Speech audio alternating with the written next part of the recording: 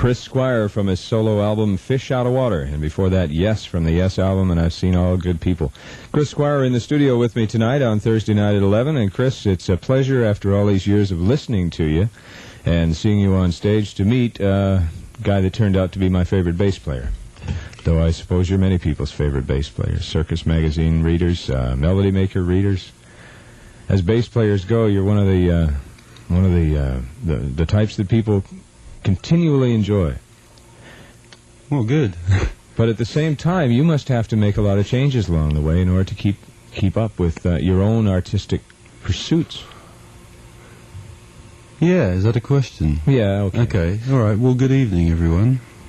Listening to CHUM. FM. Yeah.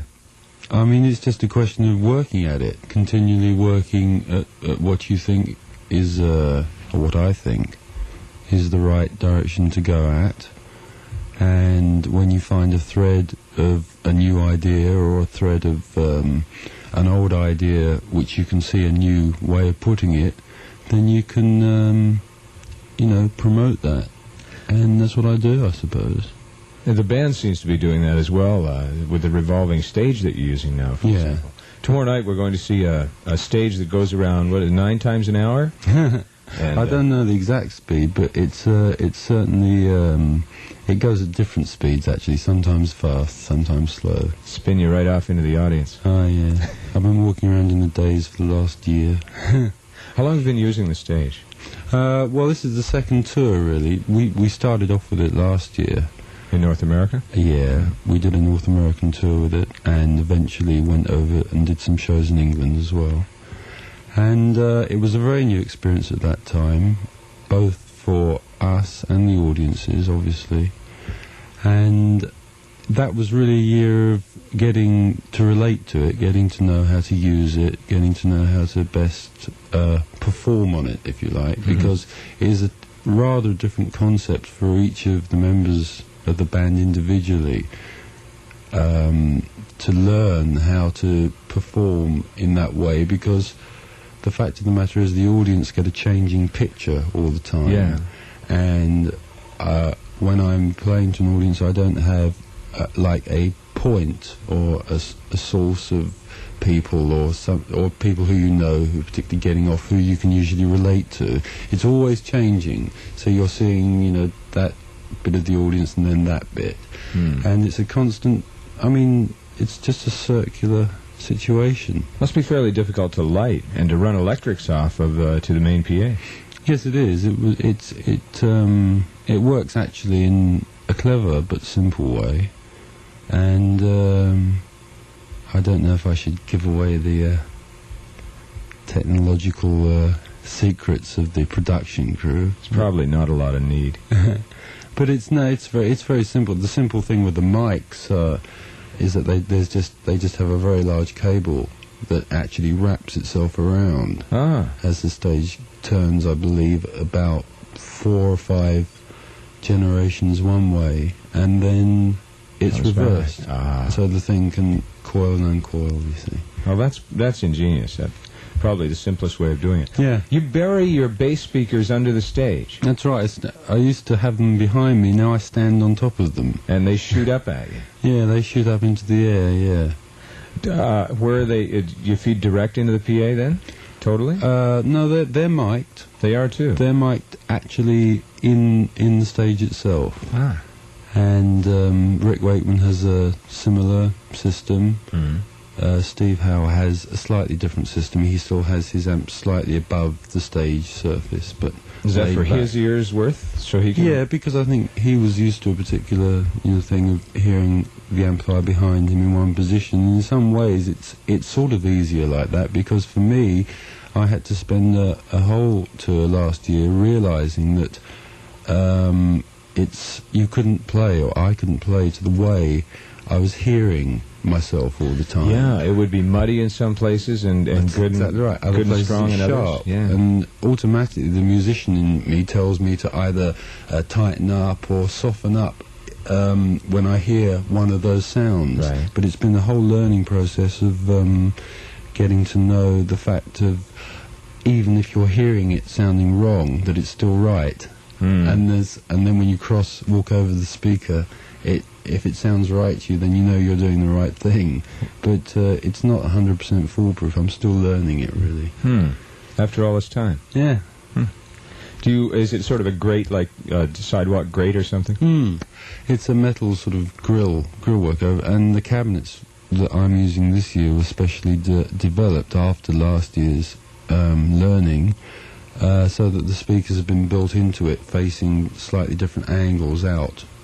Even though they're under, they have some go left and right, and some go north and south. So better coverage for you when you're walking about. Yeah, it's slightly better, but it will never really be as optimum as having a one-point source sound, I don't think, because then the musician in you can truly react to what is actually happening, whereas there's still a degree of compensation and adjustment. But I mean, I don't know, I've got it down pretty well. We played You By My Side from your solo album Fish Out of Water, and that was made 4 years ago. Yeah, I was just saying it seems like only 2, but where's your second one?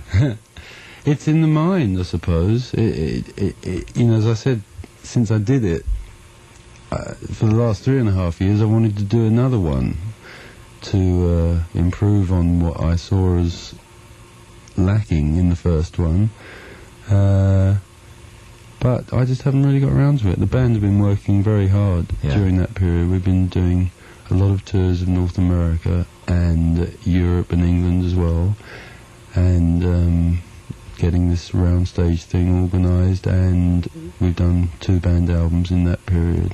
Yeah.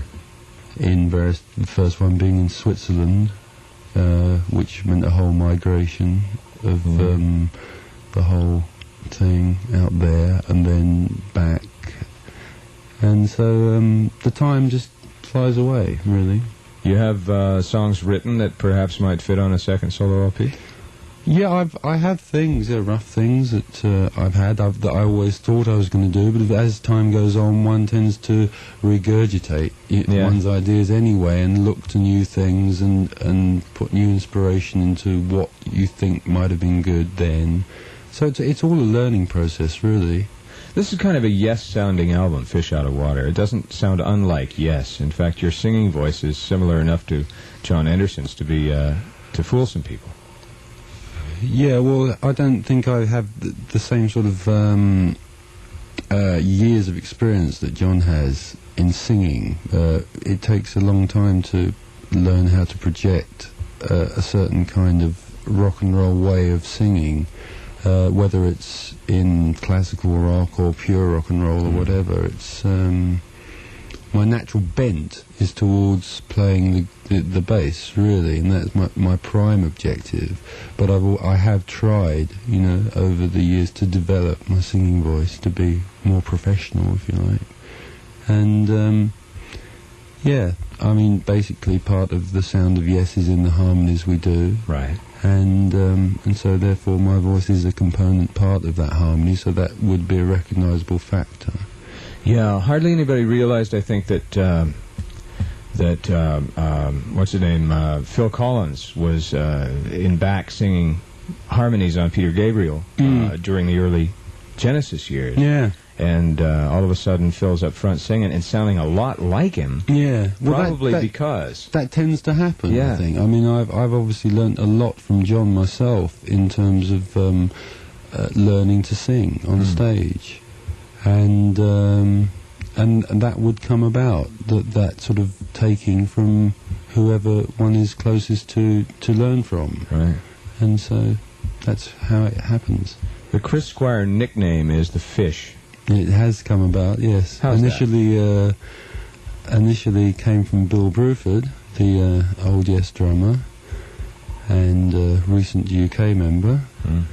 And he nicknamed me that because I used to spend a lot of time having baths and showers and things. Living in water. Yeah. And so I got the name The Fish, and mostly everybody took up on it. There's a song called The Fish on the Fragile album. Yeah. That's about the time I think it became a positive sort of thing. That's when it started. And since then, we've done a few songs about fish, actually. Whales and stuff. There must be other questions in the city other than mine, so why don't we open up the phone lines and take a few calls? Okay. 870-9131. And Paul will talk to you, and we'll get in touch with Chris Squire. 870-9131. It's Thursday night at 11 from Chum FM with Larry Wilson and Chris Squire in the studio, and from Fragile, The Fish on Chum FM. Chris Squire from the Fish Out of Water album, and Hold Out Your Hand.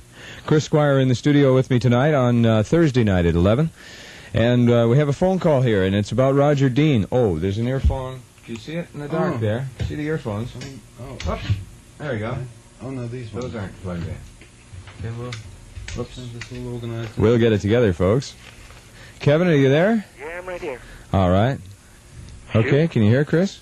Yeah. All I right. can't hear myself. Oh, yeah, I can. There you are. Hello. Okay, Kevin, go ahead. Okay, I'm a second-year fine arts student at OCA, eh? And early on this year, my buddy gave me a book of Roger Dean. And Roger Dean was saying in the book that he never did meet the group Yes. Have you met Roger Dean since then? Yes. You have. What did you think of him? Hold on a minute. What was your question? Because Roger Dean did all of the Yes albums from Fragile through to Relaya. They were all continuous albums, and he did the artwork for all of those albums to date. So Did you meet him, is the question. When did you meet him? when did I meet him? Well, I suppose in 1973 or 2, whenever Fragile was released, and constantly knew him during that period. Till about 90, and I met him just a couple of weeks ago as well, before I left England. What did the group think of the artwork from Roger Dean? What do we think of what? The artwork from Roger Dean. Oh, I think it was excellent. And Must have thought it was pretty good, I guess, to do so many covers, right? that's right. Yeah, I mean, the thing was that he went on to do other things after he did Relaya because of the interest in his own profession, which was his artwork. He went on to do books and stuff like that, and became very, very busy with that. So he hasn't actually done the last 2 Yes album covers, which are going for the one and Tomato. But Will he be doing more albums for you? yeah, it's very possible. He may be doing a new album, which we have coming out very soon, which is going to be a live album, and which is in the process of being debated and discussed at the moment as regards dates and stuff like that when it's coming out, and probably Roger may do some of the artwork, if not all of it. Does that cover it, Kevin? Pretty well. I guess your source was not too accurate because they've known Roger in person since the Fragile cover. Yeah. Yeah? Well, Well, it must be one of his early books I was reading. Ah, perhaps. It's an old book. It was pretty well flipped through. Okay, on we go, and thank you, Kevin. You're welcome. Bye. Hi, who do you have here? This is Jerry from Willowdale. Hi, Jerry. Hi. You're speaking with Chris Squire. Yeah, hi, how are you? Welcome to Toronto. thank you. I just like to wonder if, like, I went to your concert in Buffalo last August, Yeah. and it was very good, and I'd like to wonder if you're going to surprise us tomorrow night with Close to the Edge. Would you like to be surprised tomorrow night with Close to the Edge? Oh, I just... Me too. Oh, it would just be the best thing that could happen, I tell you. I Well- waited for it, and I just was so disappointed. Like, it was very good, but that song, it's the best. Jerry, if we learn about it now, it won't be a surprise tomorrow night, will it? I mean, everybody has their favourites, but I take what you say as, coming from the heart, and maybe we might... You never know, do you? I think, Jerry, you speak for most of the metropolitan Toronto area when you say that, too. That is a very good album. Perfect. Okay, all right. Thanks for your call, I'll have a Jerry. go for you. Okay, thank you. All right, good night. Hi there, who we have? Yes, I'd like to know how does Chris and his band get all their music together? Do they get any certain thoughts or whatever? How do they come about with that type of music? Well, first of all, you have to learn to play. Obviously how we get it together is by being together and the more together we are, the more together the music is. Which is basically the same rule that applies to any facet of life, I think. I mean, when we are all working on something, we all put in our ideas and we all put in our energy, and we all put forward what we think could happen and throw out some things and keep others, and basically it's a process of sorting it out like that. Do you start, does one individual start composing and then everybody picks up? Or it comes from different point sources. John writes a lot of songs, Steve Howe writes songs, I write songs. And then apart from that, we all have, John has little theme ideas, Steve Howe has guitar ideas because he's a guitarist, and I have, bass and drum ideas, and of course Alan and Rick also contribute from their knowledge of their fields as well. So we all try to gain as much from each other as possible. How do you guys get along? Like after a concert, something, does one guy split to Switzerland or whatever? Do you guys hang around together? Or, some groups, they don't see each other for a long time or something like that. Do you guys have close contact with each other all the time? Or? Well, we do. Usually on tour, we're pretty thrown together most of the time. I mean, we eat together and we talk and stuff like that. Yeah, of course, we travel every day on an aeroplane together. When you're not on tour, do you hang out? Are you friends off the road and out of the studio? To be frank, not so much. No, because I think it's a genuine thing that one needs relief from something, especially after a concentrated touring period where you have been sort of on top of each other, and so it's only right that one needs to have a break, and we usually do that, although we see each other in our office in London. May I ask one more question? Quickly. Okay, how did you get to acquire Stephen Howe for the group? Well, because he was there and available and very good. Did you see him at a gig or what? I had seen him play in his old band that was called Tomorrow, which you may or may not have ever heard of, which was one of the 60s forefront psychedelic groups in England. And he also had a very good reputation generally. And at the time when Peter Banks left Yes, Steve was approached. I approached him, and he joined. Thank you very much, Chris? Thanks for calling. Joe, okay? All right. Joe. Okay, thank you.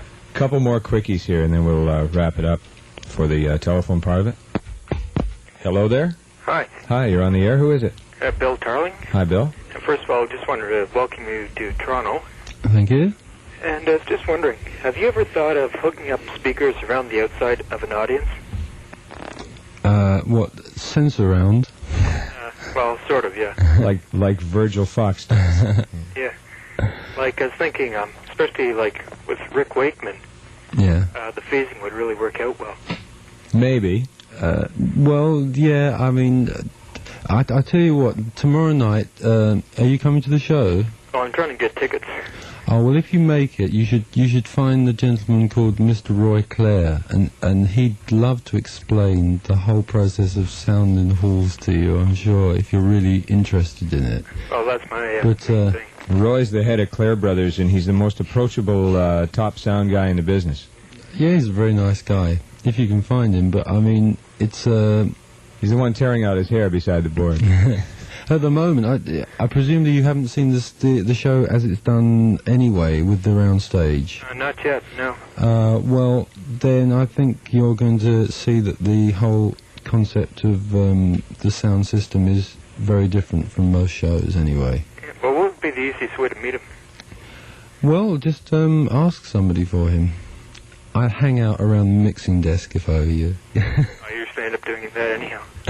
Okay, great. Thank you very much. A future sound engineer in the making there, by the sound of it. And what have I done here? I need to punch that button. Hello there. Hello. Hello? That's only me. Anybody home? Nobody home. They've gone away. I've hung up. They couldn't stand the wait. They just couldn't. Terrible. That's what a lot of people say. Chris Squire of Yes. And we'll be back to talk with him some more and play some more music after this. Larry Wilson on Thursday night at 11 with Chris Squire of Yes. And Chris, the Tornado album showed a nice little twist to Yes. A sense of humor came out in Yes that we might not have seen as up front before. Yeah. Was that an intentional kind of humor thing that you put in just to, you've been labeled pretentious over the years and overblown, and especially during that Topographic Oceans portion of your career, there was a lot of criticism coming down on Yes. Mm. And all of a sudden there's a cover with tomatoes splashed all over it, and silly words here and there as well. What, silly words in the lyrics of the songs? Yeah, or? occasionally. Yeah, well, I mean, I think it's, I think people appreciate light ways of looking at things as well as intense ways. And, yeah, I think that's something that we all try to learn about as much as we discover our own personalities. One realises that there is quite a importance in promoting humour as well as art, serious approach. Yeah. And when one can combine the both, then you're getting a broader look at the possibilities in music, I suppose. Since Wakeman returned, Yes seems to be we've been much funnier since he came. Yeah. Well, Rick has always had a real good sense of humor anyway. And has shown it in a lot of ways, like doing commercials on stage with his keyboards. And if he were here now, he'd be getting people to call in to try to work out other meanings of the station call letters. He has this. When he goes on the air, he takes the station call letters and says, "Okay, I want you all to call up and tell me your meaning of CHUM," and some of them are quite amazing. FM. FM? We're really conscious about that. I see. Okay, CHUM FM. Well, that's a long phrase. We call it Chum FM. It's shorter. It's easier. 3 syllables. You want to try it? Yeah. Chum FM. Chum FM. Hey. As opposed to hire the guy FM. quickly. Hire the guy. We need him. Okay. So Rick's funny, and there's, as I said, there's something to be learnt in that. To be able to, it's a relief to humour. And the tomato cover has some feeling towards that. Definitely, I think that's possibly the main reason why I liked it. In that it was attempting to put another slant on. I mean, why not call the Yes album Tomato? Why not? I don't think the next one will be called anything like it, or the one after that, but, it's good to do that sort of thing. Hind quarter. Hind quarter? Yeah. Tomato's a vegetable, might as well go to meat next time. Hind quarter of beef. Yeah. A lot of guitar players, a lot of axemen of the bass and lead persuasion collect instruments. You into that? I know Steve Howe is. Yeah, he has a large collection. I don't have anywhere like as many instruments as he does. You collect pedals, right? Yeah, pedals and tennis shoes, actually. Tennis shoes. Yeah, I have a collection of I think about 50 pairs of tennis shoes at home, but that's sort of irrelevant. The guitars I usually come about because I usually tend to try and go for instruments that I know I can use, or I think I know I can use, that I think I can get something out of them, and rather than just collecting something for the sake of hanging it on the wall or something like that. You're one of the guys who helped the Rickenbacker bass guitar gain legendary status. I have used one all this time, yes, and a lot of people do buy them consistently. You're also quite into effects. Yes, yeah. On your bass. Yeah. And there are so few bass players with seemingly the imagination to apply a difference in sound to their instrument that they don't do by their fingers or how they play. It's quite refreshing, even after all these years, to hear Chris Squire play bass, because you never quite know how it's going to sound. No, I think that every night when we go on stage.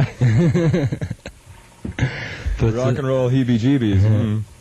But yeah, I am into technology and music, and most of all being able to use it correctly. Without restricting yourself to a...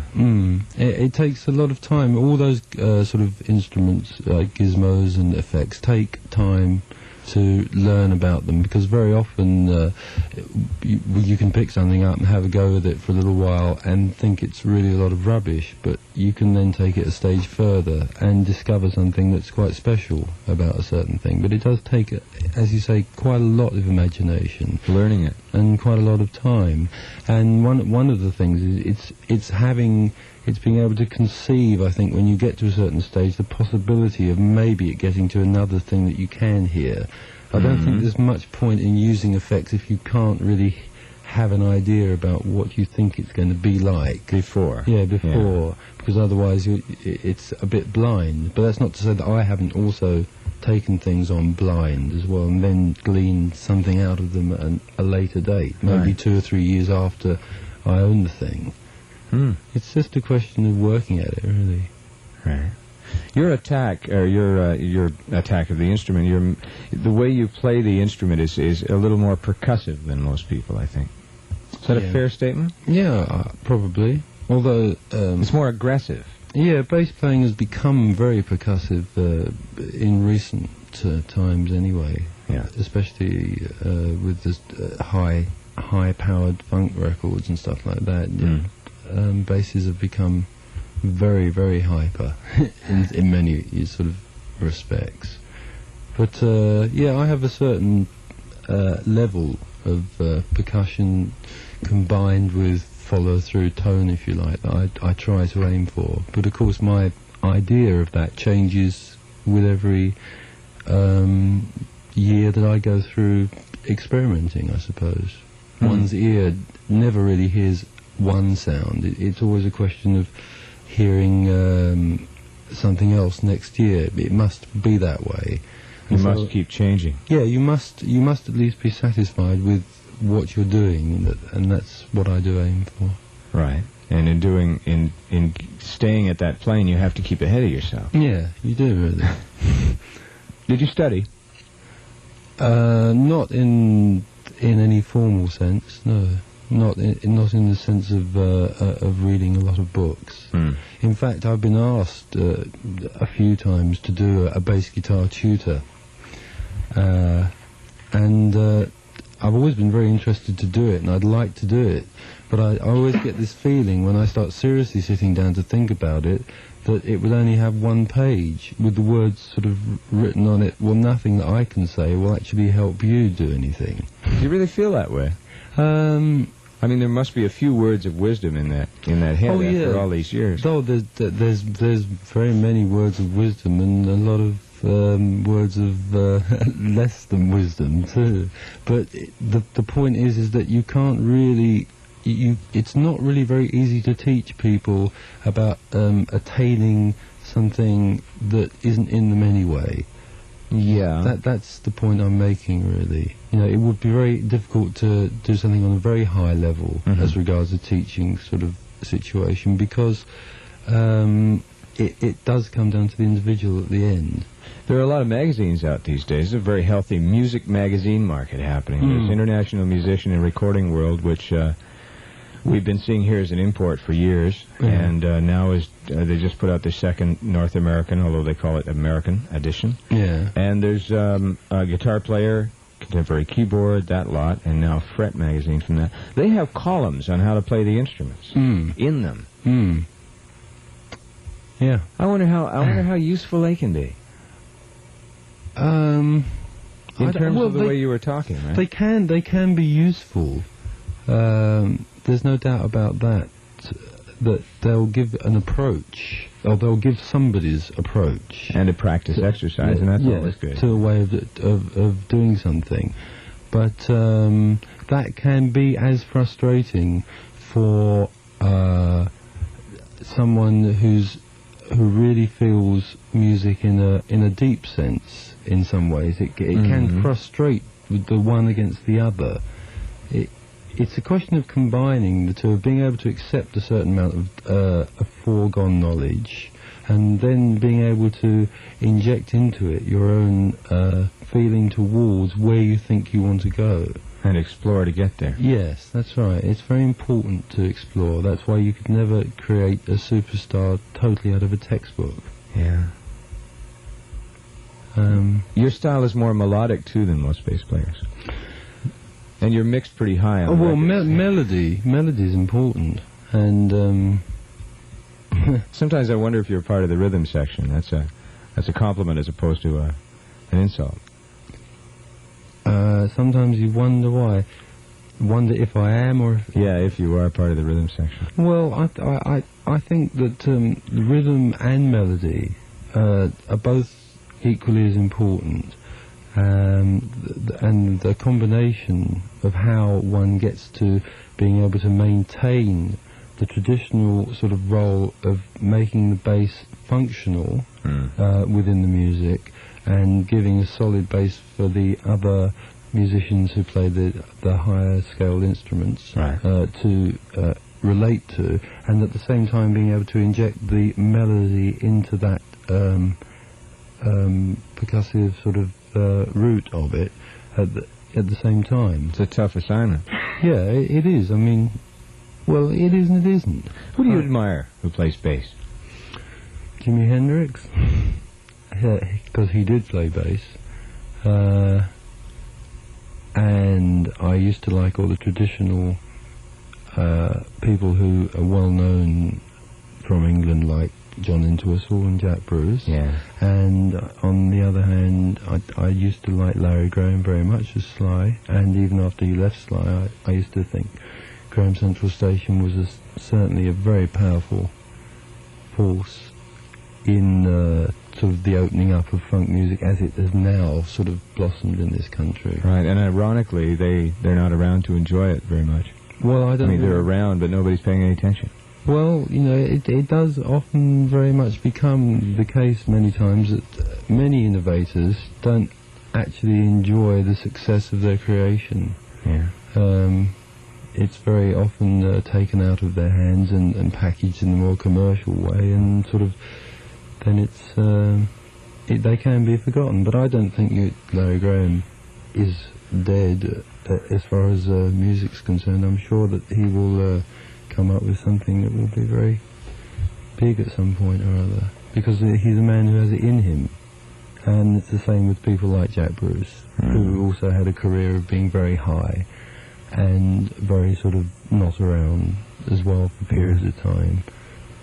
But those people tend to have, those are necessary breaks in a career, in some ways. Maybe looking back on them, they seem necessary. I think so. I mean, well, at the time, even, they are necessary. Because it isn't an easy life, in many ways. You can't go at it and at it and at it for years and years and years without at least relating to the fact of, while you're doing it, to be able to take the time to ease the pressure off. Right. So, I think all people who have it in them eventually come round to fruition, or they go for the big one. And then that's my remark about Jimi Hendrix, if you like. Sitting across the table from me, I notice you have huge hands. They're amazingly big. And that's why I started playing bass. As opposed to guitar or something? Yeah, I think so. I'm also tall, and it sort of fitted better. 5 fingers fit better on 4, too. 4 strings. Yeah. You play an 8-string bass at some point, do you know? Yeah. Oh, you have an 8-string? I have a customised Rickenbacker 8-string, yeah. Are they all bass strings? It's just the same design as a 12-string guitar, where you have octaves. Oh, yeah. And it's just like a bass with octaves, with a higher octave. Mm-hmm. So each string has a double an octave higher. That's exactly right. And they're not the easiest instruments in the world to play, to get every note out clearly. I can imagine. Carl Palmer has a trick bass he uses, too. Does he? He's 6 or 8 He's a really good bass player. Not Carl Palmer. Out to lunch? Sure. Any old time. That other guy. Gregory? Yeah. Greg Lake. Plays a Hamer. One of those things with an aluminum machine, aluminum top on them. Kramer. Kramer. Yeah. Close enough for rock and roll. Yeah. Chris, thanks a lot for coming by tonight. Okay. Going to see you tomorrow night. It's my night off, and I get a chance to go to a concert. Great. I'm very pleased. Yes. It's been too long that you've been to Toronto. You haven't been here for a while. Yeah, people have been saying that since we've been back to Canada. But, I mean, it's a pleasure to come back. How long a show do you do? How long? Yeah. Approximately 2 hours, I think. All right. I never really look at my watch. There's a lot going on. Chris Squire, make another solo album soon, please. Okay. This one still feels good after 4 years on my turntable. Let's hear another tune off your album if we can find something that's 7 minutes long. Let's do it. Lucky 7. Chris Squire from Chum FM.